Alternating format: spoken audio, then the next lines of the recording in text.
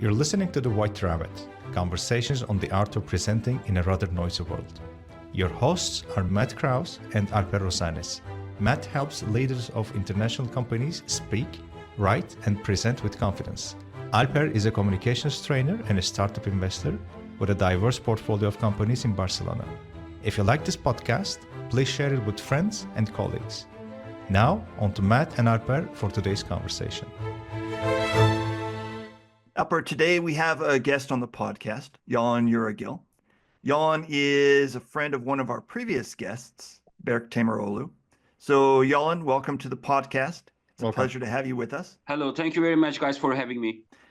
Yalın is originally from Turkey, but for 18 years now, he has lived in Czechia. And in fact, he recently became a Czech citizen. So congratulations to you, Yalın. Thank you very much, Matt. And in Prague, Yalın runs an agency called Ye. And Yalın, I wanted to ask you about that because in Turkish, Ye means eat. And so every time I hear your company name, I think of a mother telling her child, eat your skin and bones. So what's the origin of Ye agency? How did you pick that name? Matt, actually, you got the point. For the first reason of the name is coming from also from eating. You know, I also like eating a lot, and I also would like to work with the people who likes to eat a lot. Not a lot, but making eating in their lifestyle way. That's one thing. Second of all, actually, it's just my initials, Yalın Yüregil. So that's where the name is coming from. Okay. So Ye is a business development agency that helps companies expand their business into new markets. Yeah. And Ye is focused in particular on companies expanding into Europe, which is a natural place for a company in my adopted home and in Yalın's original home, Turkey. Europe expanding into Europe is a natural goal for a company to set its sights on. Yalın also runs a company related to Ye, Scale Office, which provides the incorporation and back office services that some of the companies using Ye would need. So, Yalın, I've mentioned some of the basics, but tell our audience a bit more about yourself. And in particular, they might want to know stuff like, how did you come to find yourself in Prague? What attracted you to that city? What else do you like to do there outside of your work life? And also, don't forget to tell our listeners, if they want to get in touch with you, where can they find you? Okay, I got you, Matt. So, yes, Ye agency is focusing on expanding companies. So our main target is to bring companies from one country to another country and to help them all the back office services. So why I came up with this idea is that when I first moved to Prague in 2007 as a 3-month trainee, I was working in a media company. It was an in-store media marketing agency. And for like 7-8 years, I was the startup guy of that agency. And I helped that media agency to expand into first to Kiev and then to Istanbul, then to Munich, and then to Moscow. Okay. So for like 8 years, I was the startup guy of these companies and trying to go to the country, find an office, find a recruitment agency, find the people, find a lawyer, find an accountant, and trying to establish contacts, trying to grow the business in a country that you don't know the culture, you don't know the business, you don't know the language, you don't know the business ethics. Basically, you just want to expand. So for like those 8 years, I was doing what I am doing now for a media company. And then I decided to turn this into a business development machine. And I realized that during those 8 years, and we tried many different kind of solo startups, joint ventures, acquisitions, all different ways of expanding. And I found out that actually most of the companies, while they're expanding into a new market, most of them fail not because of their business, because of what they do wrong in a new country. And then I found out I started developing this into a mechanism so that we would avoid all the future companies fail in a new country. So therefore, that's why I established the idea of the Ye agency concept.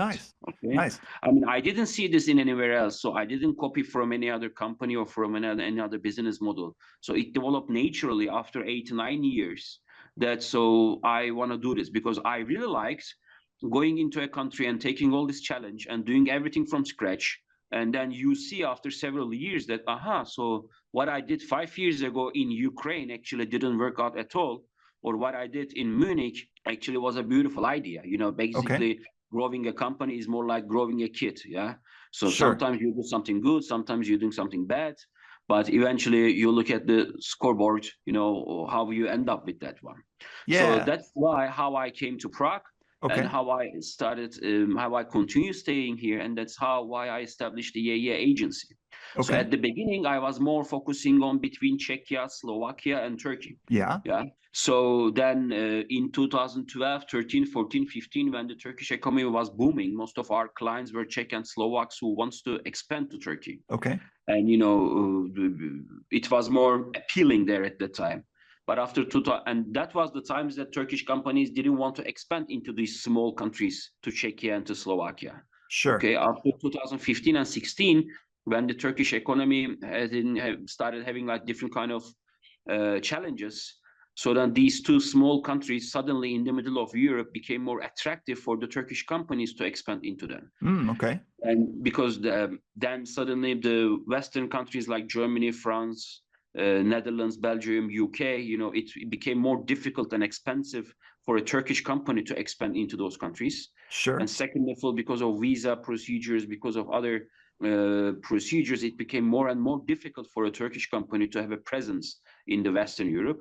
So then the Middle Europe, the Central Europe became more attractive for them financially, and also in terms of doing the business here. So therefore, then I changed the business model. And then I started providing all the back office services of what a company needs in Czechia and in Slovakia, like starting from scratch, establishing the company, accounting, payroll, recruitment, visa, all these companies from all these services from one hand.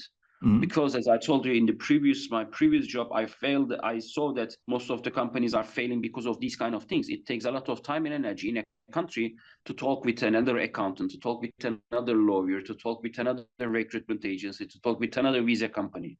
So this kills a lot of, this burns a lot of money, and this burns a lot of time.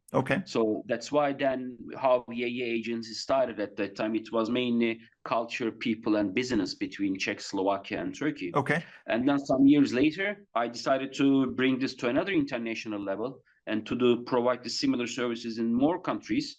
Then we brought up the concept of a scale office.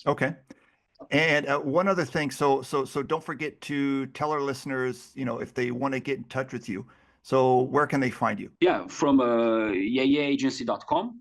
Or info@yayaagency.com. Emails or web pages are very accessible, and on the web page we also have this automatic web chat widget there, and they can just start directly writing their questions about it directly on the web chat. So let's dive deeper into some of the things that you were just talking about, and to help us get started, let's back up to the basics. So tell us, what are some of the things that might prompt a company that's they're already selling successfully in their home market? What prompts them to look abroad and say that I want to sell into another country too? Do you mean like selling physical products or services? Because these are two different strategies from my perspective. Well, that's a good point. Which one would you like to start with? Let's start with physical products, I would say. Let's start there. Let's start with physical products. So I'm a company in, say, Turkey, for example, and I sell physical products. So what prompts me to think I want to sell physical products into some other country too? I think there are two perspectives here, Matt. The first one is that the standard, let's say, approach of, yes, I mean, you should definitely do a little bit of market research, competitor analysis, price analysis, to do how to export a product, how to do the transportation, how to do the import, like these kind of procedures. Every company has to do whatever you're selling. These are, I think, if you are already selling to another company or another country, these are already what you are supposed to do, that you have to do. I don't, that in these things are for the first time expanding companies, it's not at the beginning, it's a success. If I'm selling it for the first time, then I will say, yes, I did it. Yeah, I sold, let's say, my first pallet, my first container or my first ship to this country. Yeah, that's a big success that you should celebrate. Okay. Okay. Because you do this for the first time, and you get to know all these things for the first time. But however, on the other hand, this is zero. This means zero because you are just starting, basically. Okay, like if you sell your first pallet, if you sell your first truck of goods, it means that you are just any other company on the market. Okay, so then You just have raise a to glass once, enjoy that, and continue working, right? Yeah, exactly. So then the story starts. Okay, and then they say, wow, then I cannot sell my clients, I cannot find my clients, I cannot sell my products. Okay, I'm killing or I'm losing money. Okay, so then that's the second stage of problems or the future challenges and the consequences. Yeah, so this is for every business, this is for every market, whatever you are selling. Yeah, it doesn't matter if you're selling textile or electronical products or household, it doesn't matter. Okay, so there are two levels basically here. The first, bureaucratic or the standard things that what you have to do, and the second thing is that the day one that you are on the market is actually for day zero for you. Like you see this as a big success, but actually the main challenge is just there starting. So you should get prepared for it. Okay. Usually the first time sellers to an export country, they think that if I manage to put all my products into a warehouse in Czechia, then it's over. No, it's not over. It's just starting. Okay. So that's one thing. Second of all, I think, therefore, you have to start from the end. Like you have to start, okay, imagine that I have all my products today in my warehouse in Prague. So what am I going to do?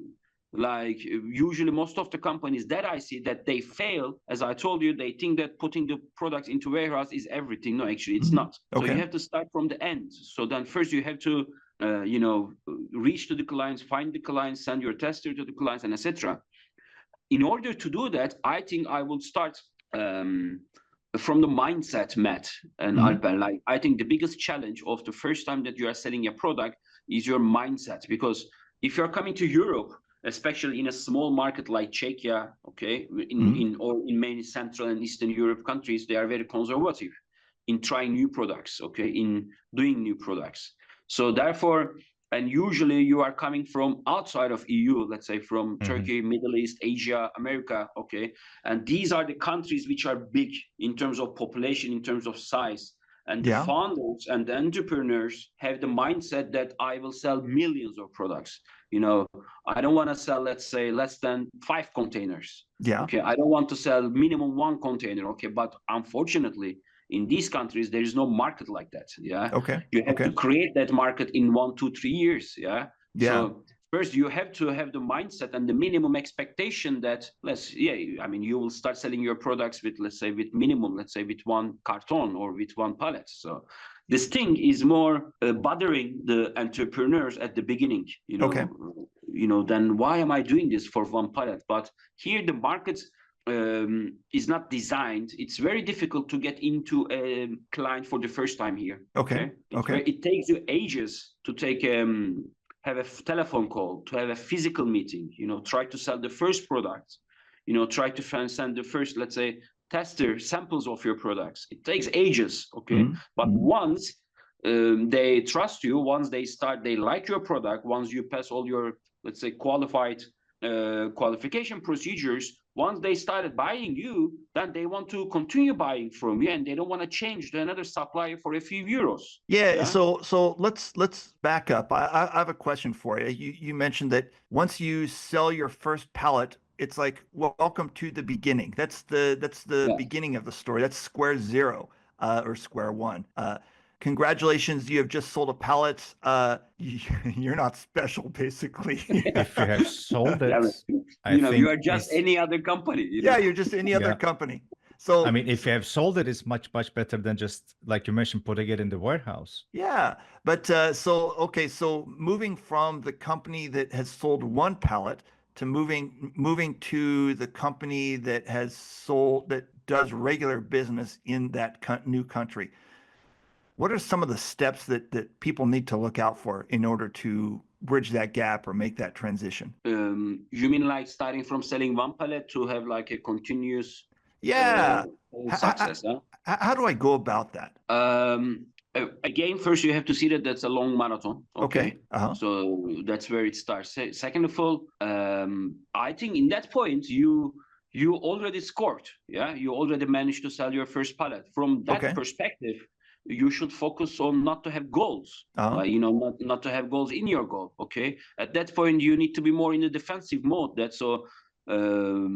Your target is not to sell another 5 pallets in the next shipment. No, like let's first not do any mistakes. Okay. So Okay. let's not do any mistakes. Let's not focus on attacking. Okay, Uh-huh. let's first focus on that.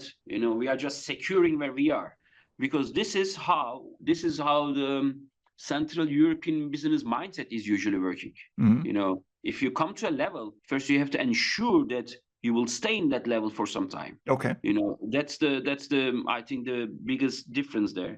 Mhm. And then you need to be sure that you have everything in space in the right order, for example. Yeah. Mhm. Mhm. Because if you, let's say that I sell product A to you, and then next time I will sell you product A and product B.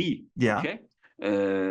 Then I need to be sure before that the product B, I will not have any problems in the custom clearance. Okay.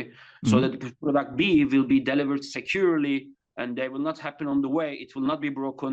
Okay. And it will have a nice quality. Okay. So then I will tell you, manage to give you product B also in a secure way. Okay. Then in the next shipment, in the third one, I will tell you again product A and B together. So then like slowly increasing this one. So here, because of maybe the communistic also experience, none of the buyers, I would say, they don't have a big appetite to buy more. Oh, okay. Sure. So first you have to understand this one. Yes, you might have a big appetite to sell, but the buyer, they don't have this appetite. Okay. Because for them, the buying something else means buying more problems. Sure. Okay. Like because and then he has to, that's how they see that. Okay. But having more clients means having more problems. Yeah. Yeah. For example, I don't want to give you a brand name, but one of the biggest, let's say, and the oldest Czech beer brands. Okay. Now we are handling their communication to find a distributor in Turkey. Okay. Okay. Okay. Distributor in Turkey who has already a huge sales network in Turkey in all the retail chains and etc. So basically, those Turkish distributors wants to buy the beer from the Czech providers. Okay. Yeah. Yeah. Czech provider says that, look, in our company, what we don't like is having new customers. Yeah. Okay. They have to go. So they didn't reach out to them then. No, the Turkish side is reaching out to them, and the Okay. Turkish side is using our personal, let's say, services, YE agency services, to find the Czech producer, okay, and to reach to them, to have an agreement with them. Maybe in that way we are working as a mediator plus translator plus enabler, to make that business happen. Okay. And what the Czech side is that, and this guy is going to sell minimum 200,000 bottles a month to Turkey. Okay. And the Czech side, look, I mean, our biggest problem is to have onboarding of the new clients. We don't like that process. It's a long, painful process. We want to be sure that the guys is going to do that, and etc. So basically what I'm going to say is that, so the buyers here, they don't have a big appetite like the sellers. So therefore you have to understand this concept, that you have to, let's say, minimize your expectations in that way, Matt. I understand that even the sellers don't have that much of an appetite to sell more and more, regardless of what happens. Yeah, that's right, Alper. You know why? Because if you want to sell more, you have to produce more. If you want to produce more, which means that you have to have more space, more people, more time, then you have to buy your ingredients more. The whole this supply chain business here, in that way, it's working in a very, let's say, negative way. And at the end, trying to produce more is actually costs you more headache. Okay. And this is, I think, the general problem in Europe. So maybe in Asia, in Middle East, in Turkey, it's more easier to produce the things. If I am producing furniture, let's say, let's say in Asia, in Middle East, it's more easier for me to have another, let's say, production line, to hire more people for that production line, and to manage my purchasing process more on that one. But in more stable countries like Europe, it is more difficult to establish another production line in your own current business. Yeah. Or maybe, unfortunately, play with the product quality, tinker with it, and make small changes so that you will be able to answer to an increased demand. But then you will be changing the quality of the product or at least the parameters, and you would have to either renegotiate or, God forbid, like lie to the customer that this is the same product when it is actually not. Yeah. What you are saying, Alper, here is working not on the product businesses, but in the services or in the IT businesses. Really? Yeah. I imagine that I am a Czech, let's say, IT software company. I am, let's say, developing some X software, okay? In any kind of issue, like the concept and the mindset of developing this kind of a software is exactly how they are updating and renovating, innovating of their products in the way that you just mentioned. Okay. I have a question, by the way. Actually, it's a question about your questions, because I would like to know, for example, what are some of the initial questions you ask to a company who wants to hire your services? They come to you all excited. They have succeeded in one market, let's say the Turkish market, and now they want to open up. But before everything, what are some of the questions that you ask them to see if there will be a good fit? Yeah. Okay. What we ask them is that, like, did they do any, let's say, market research, market feasibility, any competitor analysis? This doesn't have to be like a, thousands of euros of reports. I mean, did you just spend a couple of hours just doing basic desktop research? Okay. And most of the companies don't. They think that, let's say, I produce this product and it works in Turkey and it will also work in Europe. They have this, let's say, mindset. If it works there, it's going to work here. Okay. And usually this is coming with the point that we are dealing with the companies who are the founders or the innovators of the products. Okay. So therefore, these are the people who are in love in their products. Okay. And so therefore, and they don't see that the others are not even aware of their products. They don't even know these products. Okay. Like, and most probably, for example, a beautiful example just came to my mind about peştemal, Turkish peştemal. Okay. Some years ago, Matt, do you know what's peştemal? This Turkish towel that what you use in hammams? I am vaguely familiar with it. Tell me more. What are we talking about here? It's like more like a tin towel. I would say. Yeah. Okay, sure. Not like a cotton towel. It's more like a tin towel that you usually use in baths, in hammams in Turkey. Okay. Okay. I think I've got it. For example, this Turkish company approached us. It's a huge business from Denizli. Okay. They are selling to a lot of hotels, gastro industries, these kind of things. Small peştemals, big peştemals, like beautiful designs. Yes, I like the products. They are beautiful. Okay. But they wanted to introduce these products to the hotels in Czechia. Okay. So then we asked them, so did you do any research? That was the first question. No. Like, did you do any, let's say, small little study about the consumers, if they're going to like it or not? No. Okay. So then did you do any competitor analysis? Let's say if I will buy a peştemal compared to a normal towel here, how much is it? Okay. Like, no. But we like the products, it works in Turkey, and we want to sell it there. Yeah. For example, this was like a very typical client for us, Alper. Okay. I understand.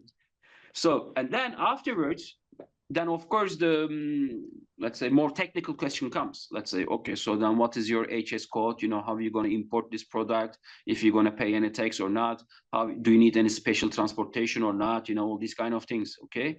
So then these are more like the technical questions about these ones, because these usually affect the price and the conditions of these products. Okay.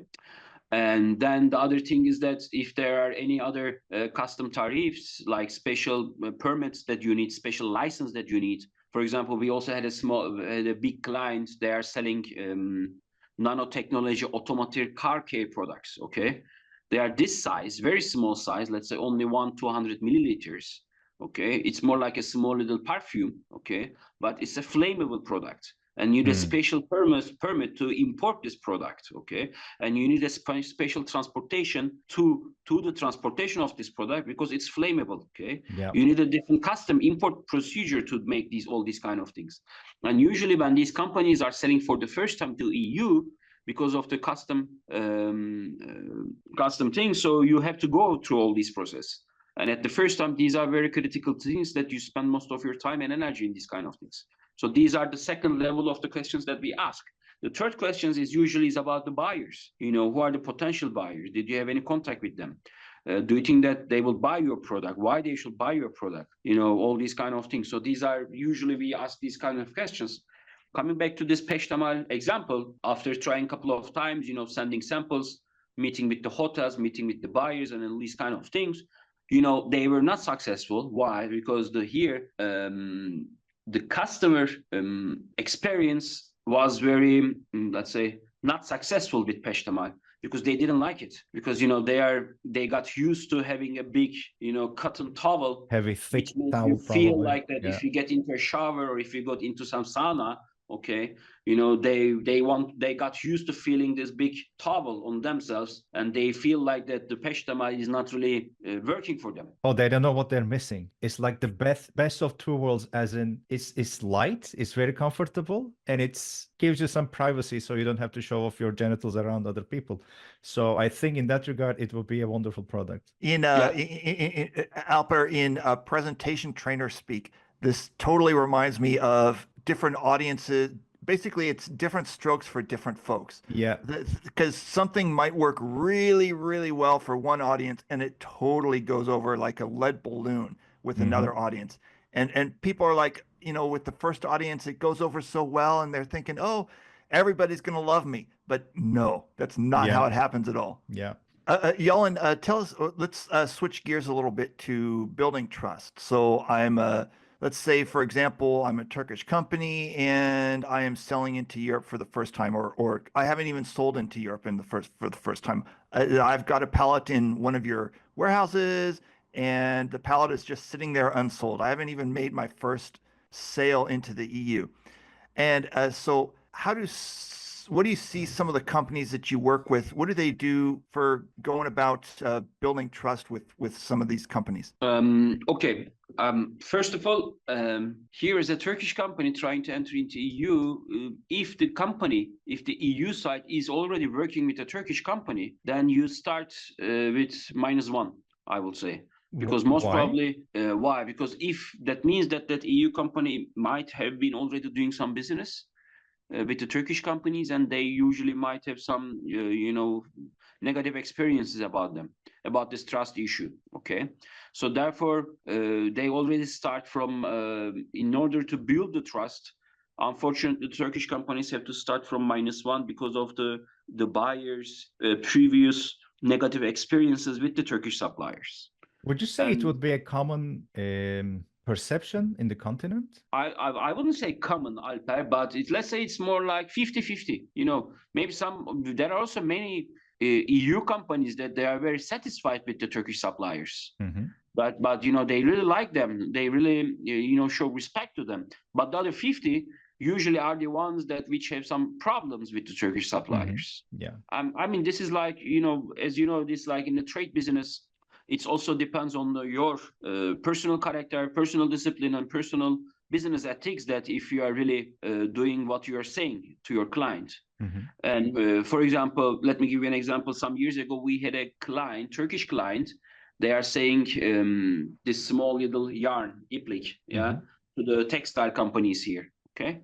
And so we managed to get them the buyer. We managed to get them to sell the first pallet, second pallet, third pallet. But in the fourth pallet, the yarns, you know, they were destroyed. So basically, the Czech textile company could not able to use them in their own textile production. Okay, that's what I try to mean by the mindset, because I mean, you change the product, you change something in the product, you change a parameter, or something happened, and you didn't deliver what you had promised before. Yeah, exactly. So this happened in the third time, and that's why suddenly the Czech side said, okay. So, and you know what the Turkish guy did? Very gladly, sorry, it's our problem. It's our production problem. The problem is on our side. We are sorry. You don't pay anything for this. And the next shipment, I send you for free or for some percentage of discount. Okay.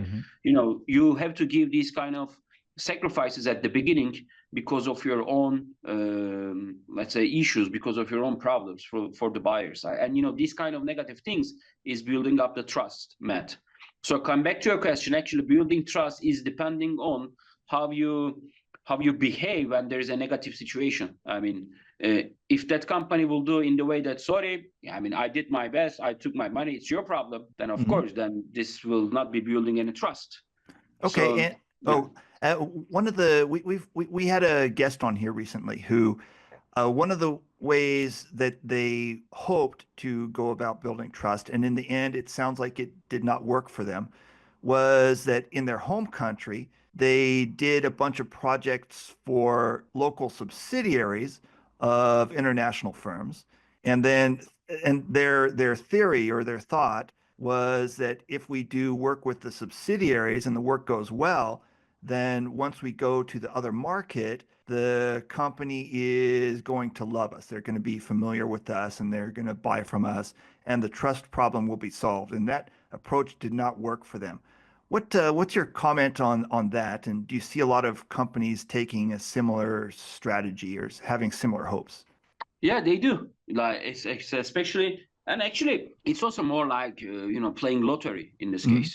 Okay. You just need to be aware that that's a lottery, and maybe it will work in one country, it will not work in another country. Mhm. And these are also very much depending on the type of the products what you are selling, and how you are selling those kind of products. Okay. And look, usually, I think there is two different approaches here. Let's say if I produce this mug and sell this to another, let's say, potential buyer, wholesale distributor, this is a different thing. Then your points should be about, okay, so how quality is your mug? What is its price? What is your business conditions? Because this is already a mug, so everyone knows it. So you don't need to go and explain the Mhm. product. You don't need to sell the product. Basically, you need to sell your advantages compared to your competitors. Okay. But in the Peshtamal example, if you want to sell something for the first time in a country, then this is a completely different story, Matt. Okay. What you are saying to me is that in that example, if you have a product like a mug, then it works. Mhm. Okay. Mhm. But if you have a product like nobody knows in the market, then that's a completely different story. Okay. And so I have a million other questions, and Okay. I would like to keep Yalın here all day long, but Alper, we should probably wrap up pretty soon. So what other questions do you have? What other stuff is on your mind? I have one more, but go ahead first, and then I'll ask. Oh, you go ahead with your question. Okay, it's actually kind of a follow-up to my first question, which was what are some of the initial questions you asked them? Apart from that, if I am aspiring to expand my markets, are there resources or checklists, I'm going to say, but not necessarily in the formal list, but are there resources that I should check to get an idea of some of the parameters that I might not even have thought about before? Yes, we do. Like we do as the agency, we have a checklist. Hmm. And we follow all these kind of things. So we develop this already, let's say, internal know-how, Mhm. and this checklist starts from from the market research, market feasibility, and all the way up till the end. So what you need to do to start selling more and to introduce more of those products. Alper. Okay. And it, as I understand, it also includes things like opening an office locally if necessary, dealing with the bureaucracy on the ground. Yeah, correct. And these are, I see all of them like a different strategies of expansion. Like you can also expand, let's say, from your home, Mhm. hiring I don't know, an online salesperson. That's one way. You can also expand here, hiring a physical person here on Mhm. under somebody else payroll. Okay. And you can also expand, finding a distributor, or finding let's say a branch office, establishing a branch office. Mhm. Or you can also expand by having a partner or doing a joint venture, or you can also expand by establishing your own business. So Okay. I see all of them to different kind of expansion strategies, and why all of them eventually evolves that you want to sell into that market. So, and these are all, let's say, different strategies of how to sell in a new market. Yeah. Actually, up to this point, we gave examples of mostly physical products. If we Yeah. were to speak about services, for example, do you think the initial approach would be any different? Yes, very much different. Then it's like a completely different kind of a path. First of all, if you want to sell a software, like fortunately and unfortunately, any kind of software business is very much nowadays very much, let's say, low entry business it became. Before that, it was a very high entry it was very difficult to enter into a software market, but nowadays it's very easy. For example, whatever you want to sell, let's say that you are developing a SaaS product in Turkey, let's say about accounting, most probably someone else already did it in Czechia or did it in Germany. Okay, good point. and you know, like those things really lost the relevance of the market.